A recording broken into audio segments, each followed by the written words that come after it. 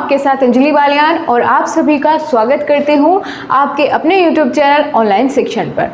दोस्तों, आज हम बात करने वाले हैं राष्ट्रीय शिक्षा नीति 1986 के बारे में, यानी नेशनल एजुकेशन पॉलिसी 1986 के बारे में आज हम बात करेंगे और जानेंगे इसकी विशेषताओं से लेकर के उद्देश्य, अर्थ, ज़रूरत क्या पड़ी, राष्ट्रीय शिक्षा नीति को लाने की क्या ज़रूरत पड़ती है, इसके उद्देश्य हम बात करेंगे, इसकी विशेषताओं के बारे में बात करेंगे और इस नीति की शिक्षा प्रणाली कैसी थी उसके बारे में भी हम आगे आगे जानेंगे। और लास्ट में हम बात करेंगे कि जो ये राष्ट्रीय शिक्षा प्रणाली है 1986, इसकी समीक्षा कौन कौन सी समितियों के द्वारा की गई। ठीक है, तो आज का हमारा प्रकरण यही है, यही सब चीज़ें आज की क्लास में हम डिस्कस करने वाले हैं। सो गाइस, जैसा कि आप सभी जानते हैं कि किसी भी देश का विकास बिना शिक्षा के संभव नहीं है और हमारे देश में शिक्षा को पुराने समय से ही सबसे आगे रखा गया है और शिक्षा को नए नए तरीकों से आगे बढ़ाया गया है। जब हमारा देश आज़ाद हुआ तब सभी को शिक्षित करने का निर्णय लिया गया। देश के हर व्यक्ति को शिक्षा मिल सके, इस बात पर विचार विमर्श किए गए। शिक्षा को कैसे आगे बढ़ाया जाए या फिर कौन कौन सी ऐसी नीतियां लाई जाए कि जिससे शिक्षा का हमारे देश में विकास हो सके। ठीक है, और शिक्षा का विकास होगा तो जाहिर सी बात है हमारा देश आगे बढ़ेगा, देश भी प्रगति करेगा। तो ये बात तो हमने की कि ज़रूरत क्यों पड़ी राष्ट्रीय शिक्षा नीति को लाने की, यानी अब भारत देश हो चुका था हमारा आज़ाद, तो ज़रूरत थी यहाँ के लोगों को शिक्षित बनाने की। ठीक है, और उनके लिए कोई ना कोई योजना तो चाहिए, कोई ना कोई नीतियाँ तो चाहिए। अगर हमें यहाँ की इतनी बड़ी जो जनसंख्या थी उसको क्या करना है, शिक्षित करना है, उसको एजुकेट करना है, उनको लिटरेट बनाना है, तो फिर देखना होगा कि कौन कौन सी नीतियाँ ऐसी बनाई जाए ताकि ज़मीनी स्तर पर भी काम हो सके। तो इसी बात को ध्यान में रखते हुए जो राष्ट्रीय शिक्षा नीति 1986 है, इसका गठन हुआ। ठीक है, इसको लाया गया 1986 में राष्ट्रीय शिक्षा नीति को। अब इसके अंतर्गत दोस्तों कितने ही सारे इसके उद्देश्य थे, ठीक है, उनकी बात करेंगे जो कि आपके एग्जाम में बहुत पूछे जाते हैं और बहुत ही महत्वपूर्ण है आपके लिए जानना। लेकिन उससे पहले मैं आपको एक चीज़ बताना चाहूँगी कि ये राष्ट्रीय शिक्षा नीति जो 1986 है, क्या ये सबसे पहली राष्ट्रीय शिक्षा नीति है? तो बिल्कुल नहीं, ऐसा बिल्कुल नहीं है। जो प्रथम राष्ट्रीय शिक्षा नीति आई थी वो 1968 में आई थी। ठीक है, और याद कैसे रखेंगे आप याद रखेंगे कि यहाँ 86 का उल्टा कर दे, यदि 1968 कर दे तो आपको समझ में आ जाएगा कि 1968 में पहली राष्ट्रीय शिक्षा नीति लाई गई थी। ठीक है, पहली राष्ट्रीय शिक्षा नीति कब लाई गई थी? 1968 में। चलिए नोट डाउन इसको कर लेते हैं ताकि आपको परेशानी देखनी ना पड़े। ठीक है, कभी आपको इसके लिए परेशान ना होना पड़े, क्योंकि क्या होता है अगर मल्टीपल चॉइस क्वेश्चन में ये आता है तो आप दोस्तों कई बार तो 1986 और 1968 में वैसे ही बहुत ज़्यादा कंफ्यूज हो जाते हैं। तो ऐसा हम कोई भी पॉइंट नहीं छोड़ेंगे जहाँ कंफ्यूजन होगा। ठीक है, बस आपको बहुत ध्यान से सुनते रहना है, समझते रहना है साथ साथ। और अगर आप चाहते हैं नोट्स बनाना तो आप बिल्कुल बना सकते हैं, क्योंकि जो मैटर आपको यहाँ मिलेगा वो बिल्कुल आपके एग्जाम के पॉइंट ऑफ व्यू से सफिशियंट होगा। ठीक है, तो चलिए हमने बात की दोस्तों, नोट करके आप इसको लिखिएगा। बहुत अच्छी बात है कि प्रथम राष्ट्रीय शिक्षा नीति की अगर बात करें, भारत में प्रथम राष्ट्रीय शिक्षा नीति, राष्ट्रीय शिक्षा नीति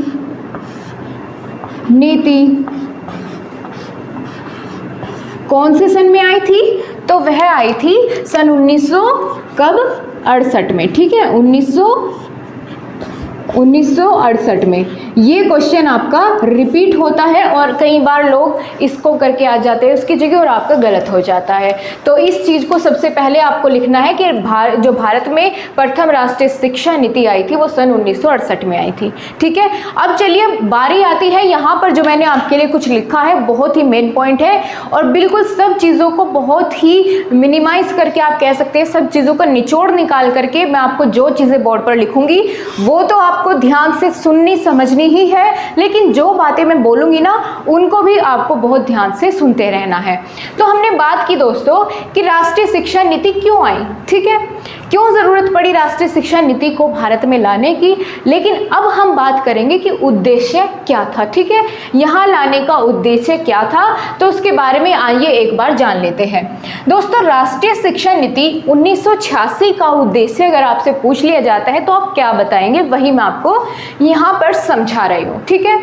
तो इसका उद्देश्य था देश के हर नागरिक को शिक्षा प्रदान करना, देश के हर नागरिक को शिक्षा प्रदान करना, चाहे वह किसी भी धर्म का हो या किसी भी जाति का हो, ठीक है, यानी किसी भी धर्म का हो या किसी भी जाति का हो, प्रत्येक नागरिक को शिक्षा प्रदान करना राष्ट्रीय शिक्षा नीति का उद्देश्य था। और भी कुछ उद्देश्य हो सकते हैं, उनके बारे में जाने। और क्या उद्देश्य था, बालक बालिकाएं, ठीक है, या बालक बालिका साथ मिलकर शिक्षा प्राप्त कर सके। साथ मिलकर कैसे, क्योंकि पहले क्या था कि जो आपने देखा होगा अभी तक भी कुछ जगह ऐसा होता है कि कुछ गर्ल्स कॉलेज अलग होते हैं, बॉयज़ कॉलेज अलग होते हैं, स्कूल भी इस तरीके से, लेकिन यहाँ पर शुरुआत हुई को-एड एजुकेशन की, ठीक है, यानी कंबाइंड एजुकेशन की, जहाँ पर लड़के लड़कियाँ साथ बैठकर शिक्षा ग्रहण करते थे। तो कब शुरुआत हुई इसकी, राष्ट्रीय शिक्षा नीति 1986 के दौरान, ठीक है, इसके दौरान इसकी शुरुआत की गई कि बालक बालिका साथ मिलकर शिक्षा प्राप्त कर सके, ठीक है, और किसी भी तरह का भेदभाव उनमें नहीं किया जाए।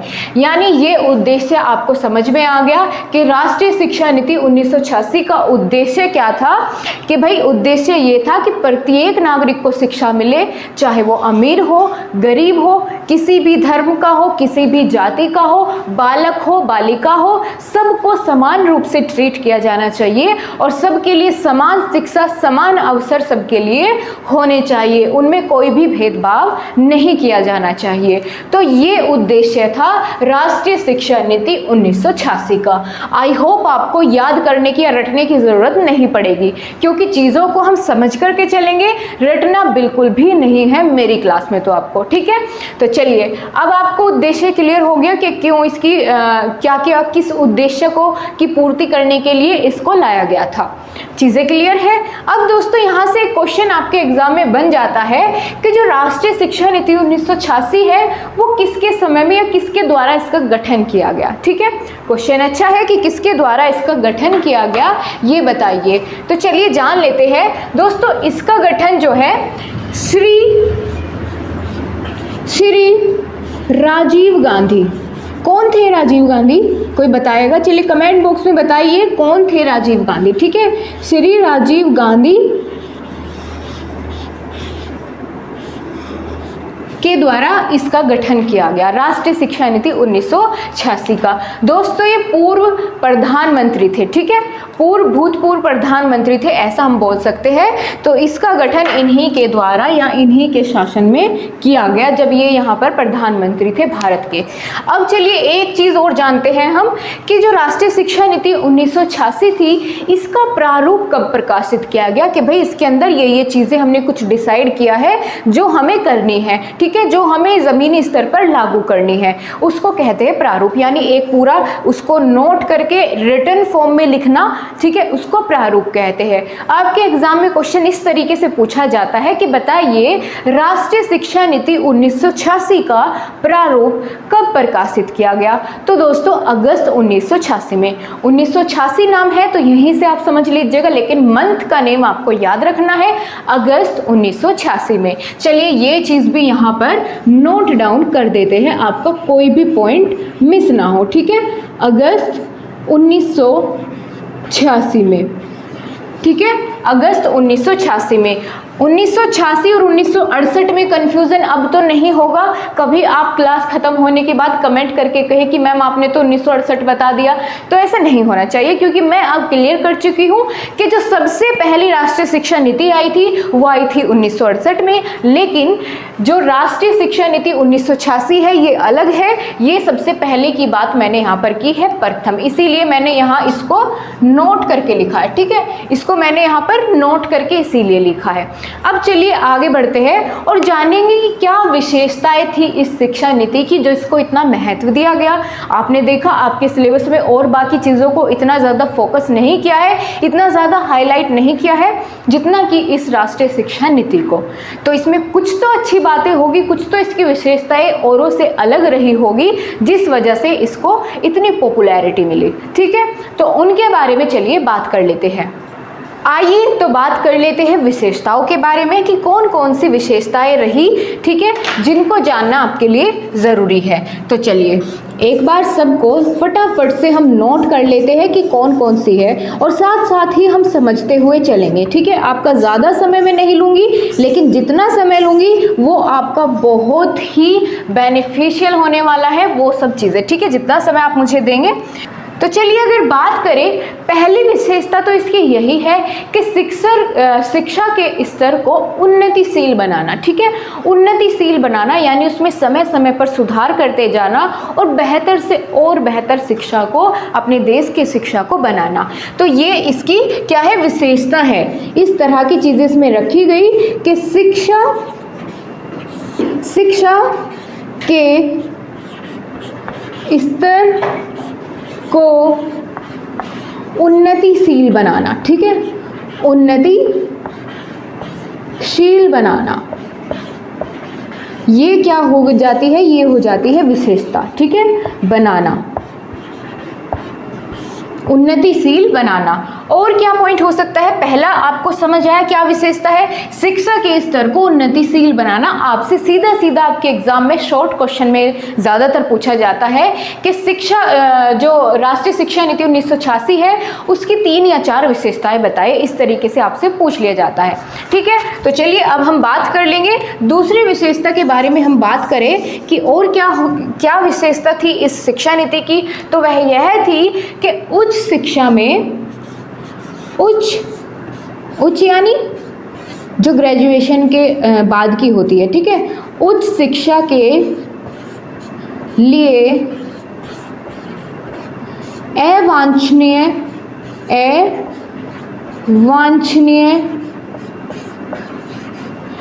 उच्च शिक्षा के लिए अवांछनीय प्रवेश पर रोक।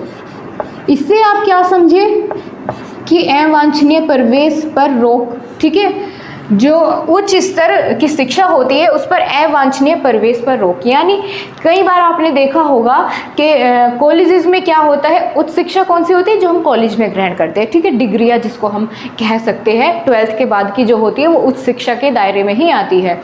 तो क्या होता है कि किसी भी कॉलेज में जितनी उसकी सीट्स होती है उससे ज़्यादा स्टूडेंट्स को एडमिशन दे दिया जाता था। ठीक है, तो लेकिन ये ओवरलैपिंग सिचुएशन होती थी, फिर एक टीचर के लिए उतने सारे स्टूडेंट्स को हैंडल करना बहुत मुश्किल होता था।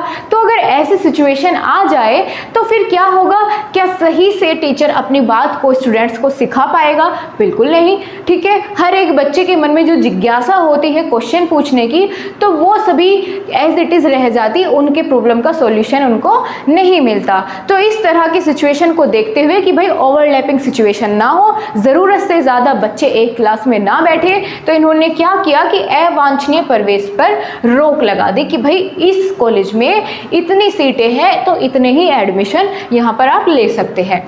अब चलिए तीसरी इसकी विशेषता जो कि इसके द्वारा लाई गई वो क्या है, इसकी विशेषता वह है मूल्यांकन की नई व्यवस्था। ठीक है, मूल्यांकन की नई व्यवस्था।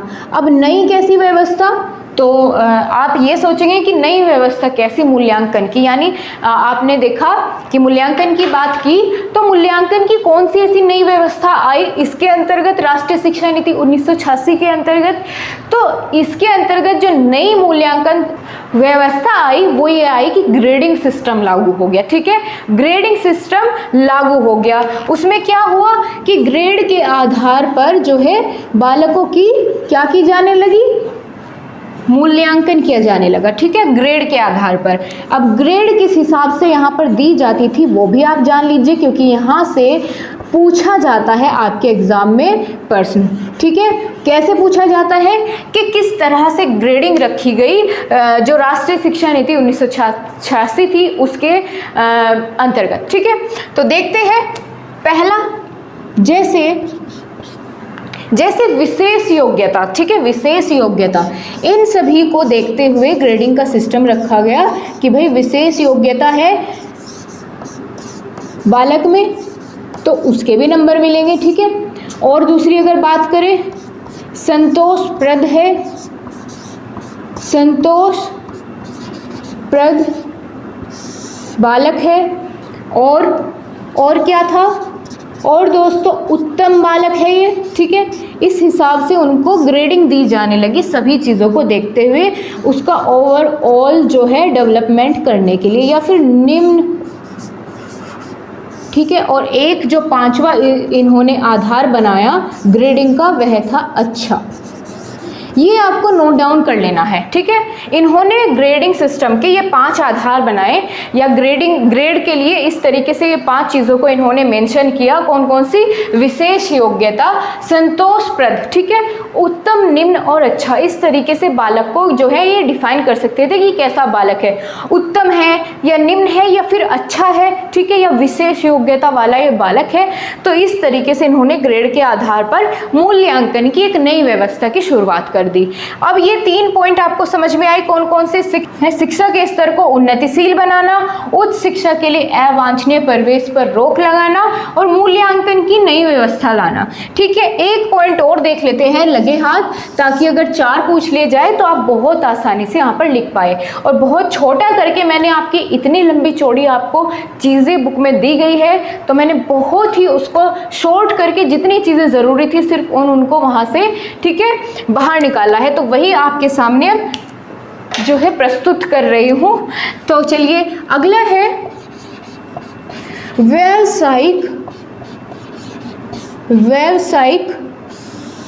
शिक्षा, व्यावसायिक शिक्षा की प्रमुखता। ठीक है, व्यावसायिक शिक्षा की प्रमुखता, यानी जो व्यावसायिक शिक्षा होती है उसको बढ़ावा देना। व्यावसायिक शिक्षा कैसी होती है, अब ये आपको बताना चाहिए। ठीक है, व्यावसायिक शिक्षा कौन सी होती है जिसको यहाँ पर प्रमुखता दी गई? तो वो ऐसी होती है यानी कि जैसे बालक को शुरुआती दौर में ही, ठीक है, उसके स्किल्स के अकॉर्डिंग उसको कुछ काम सिखाया जाना। जैसे कि अगर कोई बालक इंटरेस्टेड है खेती करने में तो उसको उसी फील्ड में आगे बढ़ाया जाए। ठीक है, तो ये हो जाती है व्यावसायिक शिक्षा कि उसके इंटरेस्ट के अनुसार, उसकी एबिलिटी के अनुसार उसको उसी चीज़ की शिक्षा देना, उसे कहते हैं व्यावसायिक शिक्षा। ठीक है, तो इसी तरीके की चीज़ों को यहाँ पर बढ़ावा दिया गया। तो ये आपने देख ली यहाँ पर इसकी विशेषता। अब हम दोस्तों एक बात और यहाँ पर करेंगे कि राष्ट्रीय शिक्षा नीति 1986 के अंतर्गत जो शिक्षा प्रणाली थी वो कैसी थी। तो चलिए उसकी बात कर लेते हैं कि शिक्षा प्रणाली कैसी थी। राष्ट्रीय शिक्षा नीति 1986 के अंतर्गत शिक्षा प्रणाली कैसी रखने की बात की गई। ठीक है, शिक्षा प्रणाली की यहाँ पर हम बात कर रहे हैं। तो चलिए देख लेते हैं दोस्तों। यहाँ पर 3 लेवल डिसाइड किए गए, कौन कौन से? 10 + 2 + 3। ये क्या है? अब इससे आप कुछ समझे? 10 + 2 + 3 बिल्कुल समझे। क्या समझे? चलिए मैं आपको बताऊंगी कि जो ये 10 लिखा है इसका मतलब है कि 1 से 10वीं तक की पढ़ाई। ठीक है, 1 से 10वीं तक की पढ़ाई को इन्होंने अलग अलग कैटेगरी में रखा। फिर उसके बाद 2 साल की जो पढ़ाई थी जो 11वीं और 12वीं की थी। ठीक है, 11वीं और 12वीं की थी, ये 2 साल की पढ़ाई इन्होंने यहाँ पर रखी। और जो ये 3 साल आपका लिखा हुआ है यहाँ पर, इसका कहने का मतलब है कि 3 साल की ग्रेजुएशन। ठीक है, तो अगर आपसे पूछ लिया जाए कि 3 वर्ष की जो डिग्री होती है या ग्रेजुएशन होती है तो वो किस शिक्षा नीति के द्वारा लाई गई। ठीक है, बहुत अच्छा क्वेश्चन यहाँ से बन जाता है। जो 3 साल की डिग्री होती है, 3 साल की डिग्री होती है, ये किसके द्वारा लाई गई? तो ये राष्ट्रीय शिक्षा नीति 1986 के द्वारा इसका प्रावधान रखा गया और तब से ही शुरू की गई है कि 3 साल की भाई जो है 12वीं के बाद 3 साल की डिग्री भी होती है। ठीक है, तो ये पैटर्न फॉलो किया गया एजुकेशन का 10 + 2 + 3। इतनी चीज़ें क्लियर हो जाती है आपको। चलिए एक बार फटाफट से रिकैप करते हैं हमने अभी तक क्या सीखा है, फिर इसके बाद आपके कुछ 2 ही पॉइंट बच जाते हैं जिनमें हम बात करेंगे कि राष्ट्रीय शिक्षा नीति के कुछ महत्वपूर्ण उद्देश्य यानी कौन कौन से कार्य इन्होंने किए, इस शिक्षा के अंतर्गत कौन कौन से कार्य थे जो यहाँ पर हुए, ठीक है, लागू हुए। और बात करेंगे कि कौन कौन सी ऐसी समितियाँ इसके बाद बनी जिन्होंने इस शिक्षा नीति की समीक्षा की, यानी उन्होंने इसमें कुछ कमियां ढूंढी और उनको बताया कि इसमें ये कमियां हैं और इसमें यहाँ सुधार होना चाहिए, ठीक है। तो चलिए एक बार देख लेते हैं हमने क्या सीखा है। उद्देश्य क्या है राष्ट्रीय शिक्षा नीति 1986 का। तो सबसे पहला क्वेश्चन तो दोस्तों यही बन जाता है आपके एग्जाम में कि राष्ट्रीय शिक्षा नीति का उद्देश्य क्या है, ठीक है। राष्ट्रीय शिक्षा नीति का उद्देश्य क्या है? तो राष्ट्रीय शिक्षा नीति का उद्देश्य है कि देश के हर नागरिक को शिक्षा प्रदान हो, चाहे वह किसी भी धर्म जाति का हो या फिर बालक बालिका का हो, अमीर हो गरीब हो, गोरा हो काला हो, तो हर एक व्यक्ति को समान शिक्षा का अधिकार मिले। तो यह बात की गई राष्ट्रीय शिक्षा नीति 1986 में। ये चीजें क्लियर हुई आपको। अब हम बात करेंगे कि प्रारूप कब प्रकाशित किया गया। तो दोस्तों इसका प्रारूप प्रकाशित किया गया अगस्त 1986 में, ठीक है। अगस्त 1986 में राष्ट्रीय शिक्षा नीति 1986 का प्रारूप जो है वो प्रकाशित कर दिया गया। गठन कब होता है? तो श्री राजीव गांधी जो कि भूतपूर्व प्रधानमंत्री थे उनके समय में। और शिक्षा प्रणाली कैसी रखी जाती है? तो 10+2+3 का स्टैंडर्ड वहां पर रखा जाता है। इस तरीके से फॉलो होता है पैटर्न। और बात करें अगर विशेषताओं की, तो क्या क्या विशेषताएं इसके समय में हुई, ठीक है, या कौन कौन सी विशेषताएं इस राष्ट्रीय शिक्षा नीति की थी? वो यह थी कि शिक्षा के स्तर को उन्नतिशील बनाना, उच्च शिक्षा के लिए अवांछनीय प्रवेश पर रोक लगाना और मूल्यांकन की नई व्यवस्था को अपनाया गया, जिसमें ग्रेड के आधार पर जो है उनका मूल्यांकन किया जाने लगा। ग्रेड जो है 5 तरह से डिसाइड की जाती थी, या तो विशेष योग्यता, या संतोषप्रद, उत्तम, निम्न और अच्छा, ठीक है। ये 5 चीजें आपको याद रखनी है, 5 वर्ड्स। चौथा है व्यावसायिक शिक्षा की प्रमुखता यहाँ पर रखी गई। अब चलिए अब फटाफट से आप चाहे तो इसका स्क्रीनशॉट ले लीजिए अगर आपने नोट डाउन नहीं किया है। मैं थोड़ा साइड हो जाती हूँ, फिर इसके बाद एकदम से शुरुआत करेंगे और जानेंगे कौन कौन से कार्य जो है राष्ट्रीय शिक्षा नीति 1986 के अंतर्गत किए गए। बहुत अच्छा आपका टॉपिक रह जाता है, तो उसके बारे में हम जस्ट अभी बात करते हैं।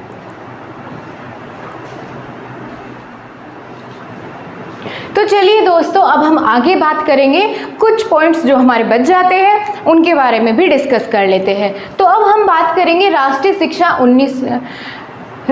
शिक्षा नीति 1986 के कार्य कौन कौन से थे और राष्ट्रीय शिक्षा नीति 1986 की समीक्षा कौन कौन सी समितियों ने की, तो इसके बारे में हम जानेंगे।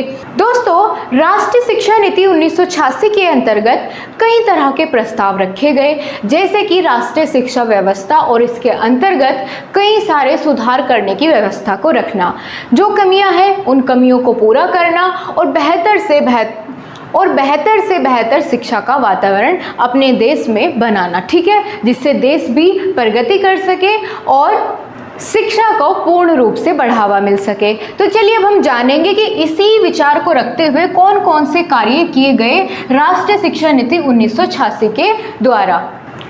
तो इसमें शामिल है प्रत्येक नागरिक को शिक्षा की व्यवस्था कराना या शिक्षा मुहैया कराना, और दूसरा पॉइंट इसमें यह भी आता है कि प्रत्येक 1 किलोमीटर के बाद या फिर प्रत्येक गांव के 1 किलोमीटर के दायरे में स्कूल होना चाहिए, ठीक है। हर गांव के या प्रत्येक गांव के 1 किलोमीटर के दायरे में स्कूल होना चाहिए। तो चलिए इनके बारे में जल्दी जल्दी हम बात करेंगे और जानेंगे हर एक पॉइंट को बहुत ही क्लियर वे में, ठीक है। क्या बात की मैंने? प्रत्येक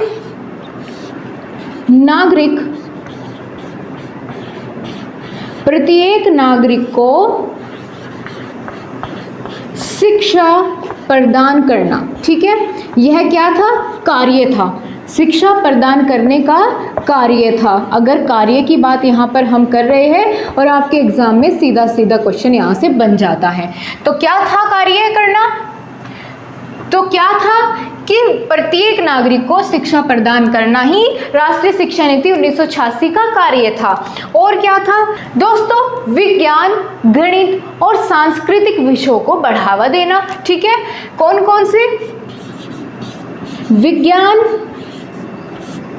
गणित और सांस्कृतिक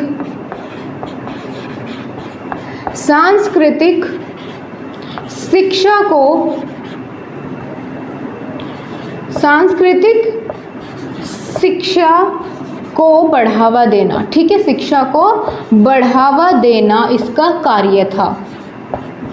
ऑलराइट, सांस्कृतिक, गणित और विज्ञान के जैसे विषयों को बढ़ावा देना राष्ट्रीय शिक्षा नीति 1986 का कार्य था। और क्या कार्य थे तो उसकी बात करें, जैसे कि मैंने आपको भी बताया कि प्रत्येक गांव के 1 किलोमीटर के दायरे में स्कूल की व्यवस्था होनी चाहिए। तो क्या बात की, वही हम नोट डाउन कर लेते हैं जो हमने आपको समझाया। 1 किलोमीटर के दायरे में हर गांव में स्कूल खोलना। ठीक है, स्कूल खोलना या स्कूल की व्यवस्था करना कार्य था राष्ट्रीय शिक्षा नीति 1986 का। ठीक है, तो 1 किलोमीटर के दायरे में हर गांव में स्कूल खोला जाए, यह इसका कार्य था। अब हम बात करेंगे दोस्तों, अभी मैंने आपको जब यहाँ पर इसकी यहाँ पर मैंने आपको उद्देश्य बताया था कि बालक बालिका साथ मिलकर शिक्षा ग्रहण करें, यानी को-एड एजुकेशन की शुरुआत यहीं से हुई, तो यह भी तो इसका कार्य था। चलिए नोट कर लेते हैं क्या कि लड़का लड़की साथ शिक्षा ग्रहण कर सके। ठीक है, ऐसी व्यवस्था करना, शिक्षा ग्रहण कर सके, इसकी भी व्यवस्था करना कार्य था राष्ट्रीय शिक्षा नीति 1986 का। ठीक है, और क्या हो सकता था? और जैसे मैंने आपको बताया कि यहाँ पर मैंने आपको बताया था कि 3 साल की डिग्री का प्रावधान भी रखा गया इसी राष्ट्रीय शिक्षा नीति 1986 के अंतर्गत ही। और स्नातक के जो विषय थे उनमें वैज्ञानिक विषयों पर बहुत ज़्यादा ध्यान इसके अंतर्गत दिया गया। ठीक है, तो चलिए उसके बारे में बात कर लेते हैं कि क्या कहा गया इसमें कहा गया, इसका कार्य था कि स्नातक शिक्षा में वैज्ञानिक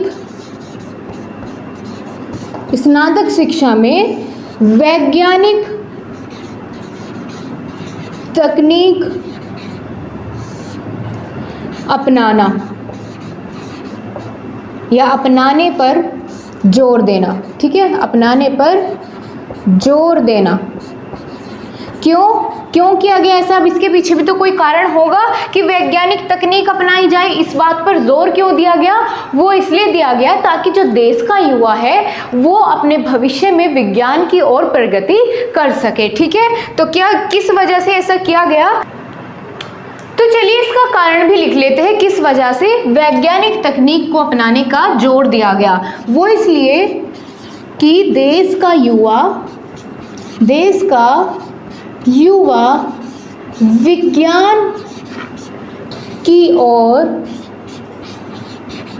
विज्ञान की ओर आगे बढ़े। ठीक है, आगे बढ़े, इसलिए भी क्या किया गया? इसी वजह से वैज्ञानिक तकनीक पर, स्नातक जो होता है वहाँ पर वैज्ञानिक तकनीक पर जोर दिया गया ताकि देश का युवा विज्ञान की ओर प्रगति करे, आगे बढ़े, उससे देश का भी विकास होगा।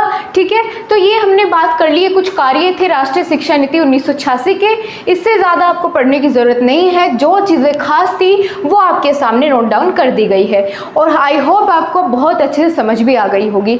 तो चलिए अब हम बात करेंगे कि कौन कौन सी ऐसी समितियां हुई जिन्होंने राष्ट्रीय शिक्षा नीति 1986 की समीक्षा की। ठीक है, अब इधर आ जाइए, इधर हम कुछ नाम आपके सामने रखेंगे तो आपको उनको बहुत ही ध्यान से देखना होगा। ठीक है, इनके बारे में हम बात करेंगे। तो दोस्तों सबसे पहले तो आप यही जान लीजिए कि 3 समितियां ऐसी हुई जिन्होंने राष्ट्रीय शिक्षा नीति 1986 की समीक्षा की। कौन कौन सी? सबसे पहले अगर बात करें राममूर्ति समिति, ठीक है, राममूर्ति समिति, राममूर्ति समिति कब गठन किया गया इसका? तो इसका गठन किया गया 1990 में। ये आपसे इतना पूछ लिया जाता है इस वाली समिति से कि इसका गठन कब किया गया? 1990 में किया गया, ठीक है, सन 1990 में किया गया। और क्या, एक समिति है जिसका नाम है जनार्दन समिति, ठीक है, जनार्दन समिति, इसका गठन कब किया गया? ये भी इसी राष्ट्रीय शिक्षा नीति 1986 की समीक्षा करने के लिए इसको बनाया गया था। कब बनाया गया था? 1992 में, ठीक है, 1992 में। आपको ईयर ध्यान रखना है, बाकी चीज़ें आपको इसके बारे में अभी मैं थोड़ा सा एक्सप्लेन करूँगी। और तीसरी कौन सी है जो बहुत ही आपके एग्ज़ाम के पॉइंट ऑफ व्यू से बहुत इंपॉर्टेंट है, वह है यशपाल समिति, ठीक है। क्या है? यशपाल समिति, यशपाल समिति। इसका गठन कब हुआ? ये भी आपके लिए बहुत अच्छा क्वेश्चन बन जाता है। तो 1993 में, ठीक है, 1993 में इसका गठन हुआ। लगातार हो जाता है, बस यहाँ पर एक साल का गैप आपको देखने को मिलेगा, बाकी 1990, 1992, 1993, ठीक है। अब समीक्षा समितियाँ किस लिए बनाई जाती है ये भी तो पता होना चाहिए कि क्यों समीक्षा करते हैं। दोस्तों, वो इसलिए कि हर एक चीज़ के दो पहलू होते हैं, ठीक है, एक सकारात्मक एक नकारात्मक। तो कुछ चीज़ें ऐसी थी जो इस शिक्षा नीति के अंतर्गत छूट गई थी, ठीक है।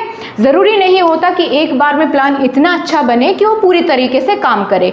तो इसी तरीके से कुछ कमियां, कुछ खामियां इस नीति में रह गई थी, उनको सही करने के लिए या उनका सुधार करने के लिए इन समितियों का गठन किया गया कि भाई आप देखकर बताइए इसमें कौन कौन सी ऐसी कमी है जिनको सुधार करना चाहिए, ठीक है। तो चलिए, इसलिए इनका गठन हुआ, ये आपको पता चल गया, और कब कब हुआ ये भी आपको पता चल गया। अब हम बात करें राममूर्ति समिति की, तो ये बस नाम की समिति बनी क्योंकि इसने कुछ भी ऐसा नहीं बताया कि जो आगे लागू होना चाहिए, बस इसने बताया कि ये चीज़ें गलत की, ये चीज़ें नहीं होनी चाहिए थी। तो इसीलिए आपके एग्जाम के पॉइंट ऑफ व्यू से इतना महत्व इसका नहीं है। और इसी तरीके से हो जाती है जनार्दन समिति, इसका भी वही सेम रोल था, कुछ चीज़ें यहाँ से नहीं ली गई। लेकिन जब बात आती है यशपाल समिति की तो ये आपके लिए हो जाती है बहुत ही महत्वपूर्ण। वो किस लिए? क्योंकि इनके द्वारा यशपाल समिति के अध्यक्ष कौन थे? तो वे यशपाल ही थे, ठीक है, यशपाल ही यशपाल समिति के अध्यक्ष थे। इन्हीं के नाम पर इस समिति का गठन किया गया। तो इन्होंने ऐसी कौन सी बात ऐसी कही कि जिस वजह से इसको बहुत ज़्यादा वैल्यू की गई? वो ये बात कही गई कि जो बालक के बस्ते का बोझ होता है उसको कम किया जाए, ठीक है। अब आपके एग्जाम में यहाँ से बहुत क्वेश्चन बनते हैं कि जो बालक का बस्ते का वजन था उसे कम करने के बारे में कौन सी समिति ने विचार किया? तो यशपाल समिति ने। उसका गठन कब हुआ था? 1993 में। इसका अध्यक्ष कौन था? तो यशपाल जी थे, ठीक है। क्लियर हो गए सारे क्वेश्चन। चलिए हम ये पॉइंट भी नोट कर लेते हैं, क्या कि बस्ते का बोझ यानी आपके बैग का बोझ, बस्ते का बोझ कम करने के लिए, ठीक है, कम करने की राय दी या बात कही किसने? यशपाल समिति ने। क्लियर हो गया आपको क्यों इसे इतनी ज़्यादा इंपॉर्टेंस मिली, ठीक है। ये चीज़ें आपको मुझे एक्सप्लेन करनी थी। अब आई होप आपको कोई भी क्वेश्चन इससे बाहर नहीं जाएगा और जितनी चीज़ें मैंने आपको बताई वो बहुत अच्छे से आपको समझ भी आ गई होगी, ठीक है। अब एक बार पूरा रिकैप करें, ठीक है। क्या ये बाद की चीज़ें हमने सीखी? उद्देश्य आपने जान लिया कि प्रत्येक नागरिक को शिक्षा मिले, चाहे वो बालक हो, बालिका हो, गरीब हो, अमीर हो, किसी भी धर्म का हो, किसी भी जाति का हो। आप अपने शब्दों में भी इसको लिख सकते हैं, ज़रूरी नहीं जैसा मैंने यहाँ लिखा है एज इट इज़ आप अपनी कॉपी में लिख करके आइए एग्जाम पेपर में। आप कैसे भी लिख सकते हैं, बस चीज़ें समझ आनी चाहिए। फिर उसके बाद हमने बात की थी कि कौन कौन सी विशेषताएं थी, ठीक है। फिर यहाँ हम आते हैं कि राष्ट्रीय शिक्षा नीति के कार्य कौन कौन से इसके अंतर्गत किए गए। तो वो इस प्रकार थे कि प्रत्येक नागरिक को शिक्षा प्रदान की जाए, जैसा कि यहाँ पर उद्देश्य में हमने बोला था, और इसी तरीके से विज्ञान, गणित और सांस्कृतिक शिक्षा को बढ़ावा दिया जाए। 1 किलोमीटर के दायरे में हर एक गांव में एक स्कूल होना चाहिए, 1 किलोमीटर के दायरे में, और लड़का लड़की एक साथ बैठ करके शिक्षा ग्रहण कर सके, यानी कोएड एजुकेशन की भी शुरुआत यहीं पर की गई। स्नातक शिक्षा में वैज्ञानिक तकनीक को अपनाने पर जोर दिया गया। वो किस लिए? ताकि देश का युवा विज्ञान की ओर आगे बढ़े। तो ये बात हमने बात कर ली इसके कार्यों की। 3 समितियां बनाई गई जो जो इसकी समीक्षा के लिए रखी गई। राममूर्ति समिति, जनार्दन समिति, यशपाल समिति। गठन कब हुआ? राममूर्ति समिति का 1990 में और जनार्दन समिति 1992 और यशपाल समिति 1993। बस्ते का बोझ कम करना, ये बात इनके द्वारा ही कही गई। तो ठीक है गाइज, आज की क्लास को यहीं तक रखते हैं और आपको क्लास में कितना मजा आया कमेंट बॉक्स में जरूर बताना। क्या आपके सभी पॉइंट्स क्लियर हुए? आपके लिए कितनी बेनिफिशियल आज की क्लास थी? कमेंट बॉक्स में जरूर बताइएगा। जाते जाते करना है वीडियो को लाइक और चैनल को सब्सक्राइब अगर अभी तक नहीं किया है तो इसी तरह की अच्छी अच्छी वीडियोस के लिए आप चैनल को सब्सक्राइब कर सकते हैं और अपने दोस्तों के साथ शेयर कर सकते हैं। Thank you so much guys, आपसे फिर से मुलाकात होगी एक अगली नई क्लास के साथ। तब तक के लिए बाय बाय, टेक केयर।